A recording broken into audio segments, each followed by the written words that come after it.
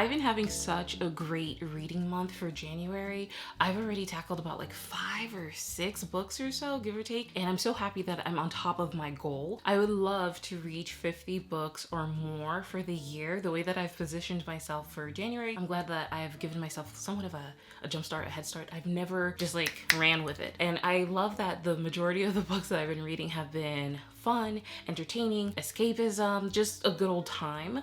I'm finishing Funny Story for the second time right now. I am nearly done with it, and I can't wait to buy it once I don't know, cross off a goal, you know, to treat myself. Anyway, but yeah, I'm so happy that we're reading and we're getting things done. I've pulled the channel to see what book we could tackle for the month of February. We had the option of Deep End by Ali Hazelwood. It was really funny, really out of the blue for me because I don't typically read Ali Hazelwood anymore. I did in the past, and I did it because it was like a whole series, and I was like, oh, these books are not good. They had like a very carbon copy way of presenting themselves. She always had like, you know, somebody who was in STEM, and then there was just like big, tall, huge guy that the main character would like, and it was just a typical like, you know, scrub and copy, and just kind of like, it was like a Xerox machine, like you copy paste kind of situation. So I don't know, a lot of my favorite booktubers have been enjoying her content a lot. So I don't know, her books a lot. So there's like Bride, which had like a werewolfish. I just don't know. I'm completely out of the know when it comes to her bookish content because I have not read her books in like, I don't know, like 2 years or so, give or take, something like that. Anywhoosies, yeah, so we had Deep End by Ali Hazelwood listed as an option. We also had Out of the Woods by Hannah Bonham, I was gonna say Helena Bonham Carter, you know, what's her name from Harry Potter? Maleficent, Minerva, Malediction, Winiza, coming up with things that I have no idea. What's her name? Severus. Oh my gosh. What's her name? Ah! I'm so bad. She's like a Tim Burton woman. Helena Bonham Carter. You see what kind of tangent? I start with Out of the Woods by, I don't know, Hannah Bonham Young. I think that's the name of that author. And now I'm on a search for Helena Bonham Carter, who plays, let me think one last time, Meniscus, Maleficent, Benefactor, Meanie, Witch. Gosh, I can't think of it. Okay. Harry Potter, Bellatrix Lestrange. I'm so sorry. Oh my gosh, guys, look. I am an embarrassment to the book community, to the Harry Potter community. But anyways, yeah, so we had Out of the Woods by Hannah Bonham Young, First Time Caller by B.K. Borison, which is probably the one that I want to read because it has a very Sleepless in Seattle inspired story where these two people are, I suppose, going to converge via, I guess the mode that they kind of know of each other is through the radio, and that's the whole story of Sleepless in Seattle. It's just such a charming, heartwarming, cozy story with Meg Ryan and Tom Hanks. So yeah, that one is so pretty too, the cover. And it's leading right now. We have 33% for First Time Caller, 29% for Out of the Woods. Nothing Like the Movies by Lynn Painter, which is the sequel to Better Than the Movies, is leading at 24%, not leading, but you know what I mean. And then Deep End is literally at the deep end.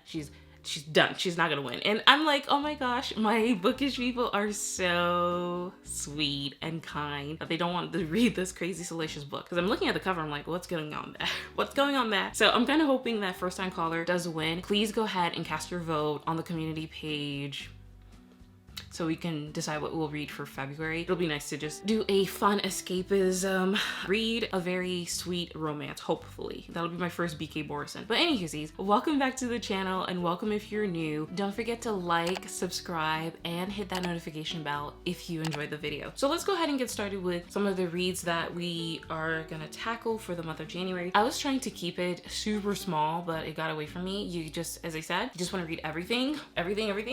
So the first book that we're gonna talk about super quickly is The Light Between Oceans. I've been trying to read this book since 2021 even. Oh wow, look at that. I got this copy from my sister, my eldest sister, such a stunner. I decided to choose this particular book because I've always said this in the past that the cold months like January and February, look at me, I'm in a sweater, even though I do live in Miami, Florida, are meant for the ocean books. Just looking through the shelves, you guys, trying to see if I can find the ocean theme because it is nautical season in my home right now. You guys already know the deal. I'm not gonna repeat it again. I don't want to hear about this ever again. Not even when she tell them that they better as I feel like I repeat myself so much, but they're meant for the Arctic leaning books, and I just think that this would be quite perfect for this time around. So it says here on the dust jacket. Do you think I read books or not? After 4 harrowing years on the Western Front, Tom Sherborne returns to Australia and takes a job as a lighthouse keeper on Janus Rock, nearly half a day's journey from the coast, to this isolated island where the supply boat comes once a season and shore leaves are granted every other year at best. Tom brings a young, bold, and loving wife, Isabel. Years later, after 2 miscarriages and a stillbirth, they're grieving, the grieving Isabel, the wife, right, hears a baby's cries on the wind. A boat has washed up on shore carrying a dead man and a living baby. We're gonna stop right there. That just sounds so interesting. It's like, what are they gonna do with this baby? How are they gonna, you know, take care of it? Like, what is the story here? This is so interesting. So it's just the 3 of these people here in the point of a lighthouse. Very excited to read that one. Yeah, I've been so excited to read this, and there's supposed to be this movie with the guy who plays Magneto. I can't remember his name, but whatever. I wasn't even meant to pick this one up, but I was like, oh, why not just keep up with the same theme? So this is a Mitch Albom book. If you guys know me quite well, I really enjoy his works. I just think they're just super simple, super fun. They just really reach you if you are paying attention to what he's writing. Apparently this is somewhat of a disaster story in a sense, not to this level of like you have like a crazy natural disaster that's like wiping out buildings and whatnot. It says here that this group of shipwrecked passengers must face a challenge when a strange man they pull from the water says he can save them all, but only if they believe him. So the stranger in the lifeboat, I don't even think I mentioned the name. That's another one that I was like, oh, this seems really great for this time of the year. I don't know what it is about me and the water and the cold months. I don't know what it is. This one's about 267 pages. Definitely let me know what you guys are up to and what you're gonna be reading for January. I know this video is coming up at the tail end of January, but I still feel like I can fit in a few more books. I've already gotten, as I said, 5 down, and I am just loving the energy of January. I love that I've just propelled myself to kind of like the front of the line, like to get ahead of my goal. So right now I'm in Libby as always. You guys, please, if anything, I think everybody should try to get Libby. Libby is a library app where you can read ebooks, maybe transfer them to your Kindle if you happen to have one, or I don't know how they're still in business, but you can also use audiobooks, which are just phenomenal. There are sometimes wait times and other times you're able to get books quite fast. Okay, so I'm gonna take a look at the books that are here. Oh yeah, I have this book. It's like an biography, that section. Nonfiction, dramatic. It's a book done by the one and only Val Kilmer. So this one's called I'm Your Huckleberry, and it's a memoir pretty much. So I suppose he just goes over his 40-year film career and all of the iconic roles that he's done, from The Saint to Batman, and of course I was gonna say Hangman, Iceman in Top Gun Maverick as well, because he was in that one too. Sorry if I just revealed that to you, but he did make it there too. So he just goes over all of these really cool stories that he's collected over the years. He has all these candid stories with all these other legends. So they say Marlon Brando, Tom Cruise, Robert Downey Jr., Robert De Niro, Cher, Cindy Crawford, Daryl Hannah, his former wife. He talks about a little bit of religion, the delirium that he suffered, as well as, of course, his recent throat cancer diagnosis. So I'm really excited to see exactly why he would title this I'm Your Huckleberry, because of course this kind of references, I was gonna say Tom Waits. I don't know what's wrong with me. This book pretty much references the title of Huckleberry Finn by Tom Paine, Tom Waits, Thomas Kincaid. I just have foggy brain. T-Pain. Wow. Just stop. Mark Twain. Okay. Anyway, the next book that I want to talk to you guys, which will definitely get done in January, is The Finest Hours.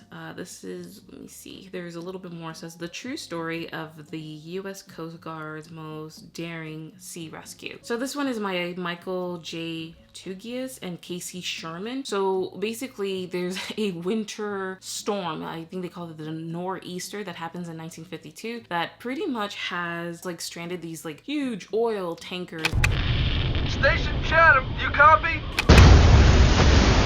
I repeat, conditions hazardous. We've got an 18-foot fracture in our hull. How do you want us to proceed? Over.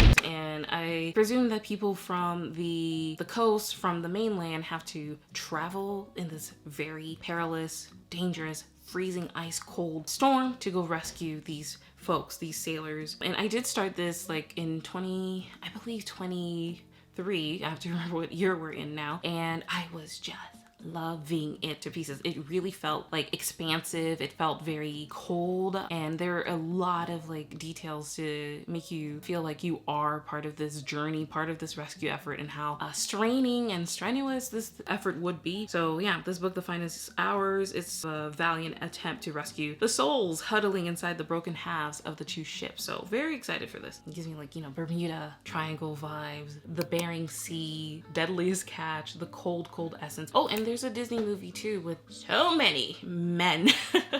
I don't know. There's so many guys. I should just give them their moment for a second. Chris Pine, the guy who played Flash in Smallville. Let me just get their names really quickly. I'm holding a device that can get me all the info I need. Yeah, this is a 2016 film, and so many cute guys are in there. I'm sorry, but they just are. Chris Pine, Casey Affleck, Ben Foster, Eric Bana, Kyle Gallner, that's who I was talking about. Abraham Ben Ruby, there's so many people. Keenan Lonsdale, John Ortiz, Josh Stewart, the main girl, Holiday Granger, she's in there too. Yeah, it was a fun story. I've seen the movie, but I have yet to actually finish that book. Here's a little section for some of the classics that I would love to tackle as well. They're not too heavy nor long. I still have Of Mice and Men by John Steinbeck that I am dabbling in. Ma, would you pass the taters, please? What did I tell you about funny voices at the dinner table? Hank, he is in character.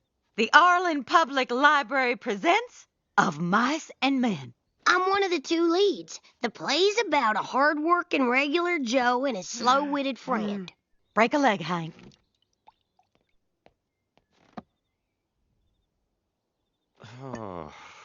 Great. I'm George. You'll be Lenny. You want me to tell you about the rabbits? And I'm already in love with the two characters. I'm like, where exactly will their, like where are they going, and how will their story end, and is anybody gonna die? And yeah, immediately it's a funny, interesting story of Mice and Men. And my sister tells me that there's also a movie with Gary Sinise that was done. Flowers for Algernon is a really interesting book. It kind of feels like a little bit like a Benjamin Button-esque story where this man is going to be experimented on, and I believe it's some type of like intellectual disability. He's trying to reverse that, and it doesn't necessarily work. Like, it works a little bit, but it does not. He regresses, and I believe the lab rat or the lab mice that they were working on is named Algernon. So you can see the effects that are happening with the mice, and then you can see that it'll happen to, I believe the main character's name is Charlie. So Flowers for Algernon by Daniel Keyes is such a good book. I loved that book when I read it. I think this might be my third read for it. Oh, I just could not pass this up. Since I read 1984 by George Orwell last year, I really wanted to take a look into Animal Farm because, I don't know, it just seems like the next step. I think one of the covers that I noticed was maybe a soldier type of person in a pig, I don't know, there's like a pig in a soldier's outfit. Like, what is that about? Like, what does this mean, you know? I also have this book here on my bed. Let me grab it. Trying to just, read smaller books. A Raisin in the Sun by Lorraine Hansberry. So it says here that this one was first produced in 1959, and it just talks about people's dreams that are deferred. I think Langston Hughes has a great poem about that. What happens to a dream deferred, and does it, dry up like a raisin in the sun? Oh, so good. I'll insert it. I did a video on it that was very cozy and sweet years ago. Super quick. What happens to a dream deferred? Does it dry up like a raisin in the sun, or fester like a sore and then run? Does it stink like rotten meat, or crust and sugar over like a syrupy sweet? Maybe it just sags like a heavy load, or does it explode? If you've been around for a minute, I think you've seen me bring this book up so many times. The Red Badge of Courage by Stephen Crane, I believe. Yeah, Stephen Crane. So it basically has to deal with this very exuberant soldier who ends up on the battlefield in the Civil War, and he deserts his comrades, his buddies, his friends. So it says here that Henry Fleming dreams of the thrill of battle and performing heroic deeds in the American Civil War. But his illusions are shattered when he comes face to face with the bloodshed and horrors of war. Can you imagine the Civil War? Like people having their legs having to be blown off, you're having to deal with the Native Americans in the land, you're fighting your fellow citizens, right? It's a civil war. That's just so sad. It's like you're fighting your fellow neighbors, Confederates versus the Union side. It's just, it's horrible. These cannons, and again, this is not to say the war is ever pretty, but this is a war where like they're gonna be lost, like, and they can't be saved. It's a bloody war. It's just an older war, which feels like it's just gangrene can settle, and just it just sounds horrible, like horrific, you know? So he's a raw recruit. Henry experiences both fear and self-doubt. Will war make Henry a coward or a hero? I don't know how many times I've been wanting to read this. It's come up on so many different TBRs. Anne Frank is another book that I would love to read. It's The Diary of a Young Girl. If you know anything about Anne Frank, she's a 13-year-old girl, I believe, who in 1942, with the Nazis occupying Holland, I believe that's the Netherlands today, right? She's a Jewish girl. Her family fled their home in Amsterdam and went into hiding, and it looks like they flummoxed, I don't know if that's the right word, but they've pretty much stayed hidden in this annex until the Gestapo finds out about their whereabouts. Oh, it's horrible. It's horrible. Oh, and I said this in the past as well, that she was survived by her father Otto, and she ended up dying in a concentration camp. I don't know if it was Auschwitz or not, but yeah, I wanted to read this as well because it's been a while since I've read it, and I want to check it out. Oh, right, behind me, I spoke about this book in another TBR. I have my library books right here. I don't know if you guys can see the little library sticker. There's a book back here called The Thing in the Snow. Again, it's cold season, you know, it's been barreling down here in the States. And this is another book that I would like to read. The Thing in the Snow by Sean Adams. It's supposed to be this like very thriller-like story that makes you want to kind of like scratch your head. They said it's very Black Mirror-esque, if you know that show on Netflix, which is very disturbing.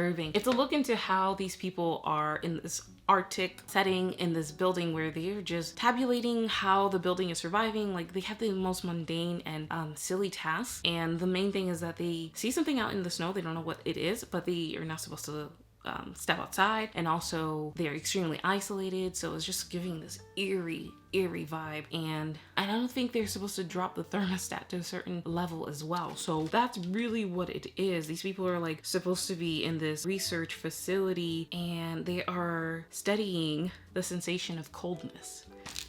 Yeah, like what's that about? So The Thing in the Snow. I have other books in the background that I'm trying to dabble as well into. Now, I didn't realize this book was somewhat of an Advent season setting. I really just chose it because of the cover. I mean, it's so cute and quaint and stunning, and it just clearly tells you that it's a snowy season. It says here that it's set in 1985 in a small Irish town, and it's during the weeks leading up to Christmas. This guy named Bill, who's a coal merchant and family man, faces into his busiest season. Early one morning, while delivering an order to the local convent, Bill makes a discovery which forces him to confront both his past and the complicit silences of a town controlled by the church.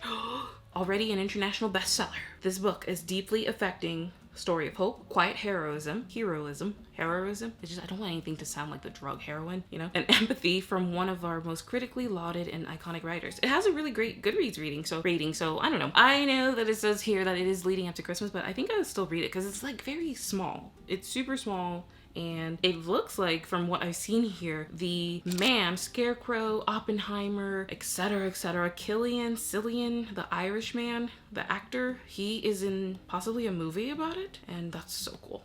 I love when books are turned into movies. It's just like, it's symbiosis. I think that's, I don't know, I feel like I'm saying that completely wrong. Symbiosis.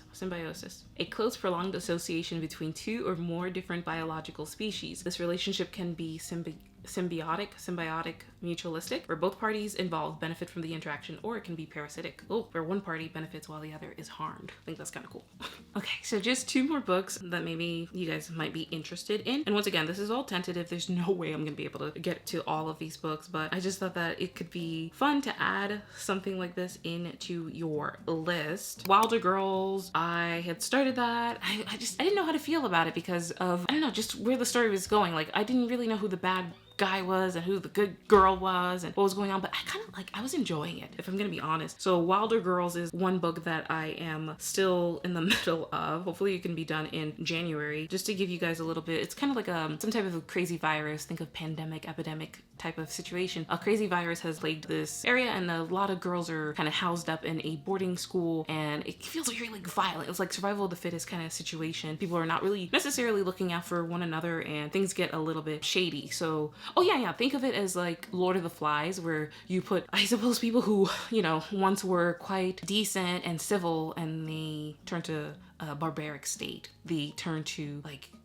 being wild girls. So it's called Wilder Girls. Yeah, and I was enjoying it. I don't know. I gotta finish it and I'll let you guys know in the wrap up. Hopefully we can get that out because I just want to be on point with the videos that I shoot this year. And the very last book, which is a very chill, relax, no-brainer kind of book. Just by the cover alone, you would think, right? But who the heck knows? So this one is called The Book Club Hotel by Sarah Morgan. Just the cover alone. Again, it didn't give the feeling of Christmas time at all. I just saw snow and I was looking over the synopsis, the summary, and nothing in there was giving the feeling of Christmas time, the holidays, which I'm trying not to do, Oh, and it says here that it's perfect for fans of Emily Henry. So with its historic charm and picture-perfect library, the Maple Sugar Inn is considered the ultimate vacation destination. But widowed, far too young, and exhausted from juggling the hotel with being a dedicated single mom, Hattie Coleman dreams only of making it through each day. When Erica, Claudia, and Anna, lifelong friends who seem to have it all, check in for a girlfriend's book club holiday, it changes everything. Oh, that's interesting. So maybe will she get into it? Will she feel like excommunicated? Like, what do you care? You're not part of their friend group, right? So it says here, find out what happens when a career-driven woman exchanges her briefcase for a Christmas-kissed cottage in USA's today's bestsellers. Wait a second. Wait. I'm getting confused. The Holiday Cottage. That's another book. This one is called, you see, this is why you guys just need to have a little bit more creativity when it comes to these titles. The Book Club Hotel. This one's called The Book. Oh my gosh, I got my hopes down. I was like, like scratching my armpits. I was like, oh no. I was like, huh? Christmas kiss. Anyway, the final thing that the synopsis says is, in the span of a week, can these 4 women come together to improve each other's lives and make this the start of a whole new chapter? I'll let you guys know how it all goes.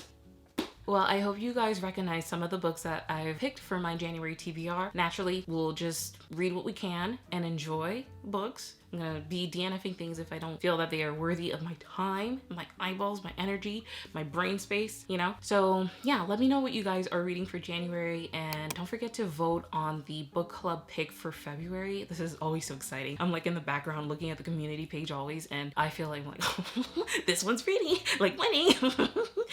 And reading people's comments and seeing like who wants what, and of course I am biased, naturally, but whatever you guys pick is what we read because we just do it together as a book club. You guys get to choose. I would not ever want to necessarily choose a book for you. I want everybody to have a say in it. So join us on Fable for February, and hopefully BK Borison's book wins. Don't forget to like the video, subscribe, and hit that notification bell, and I will see you very soon, hopefully, in my next video.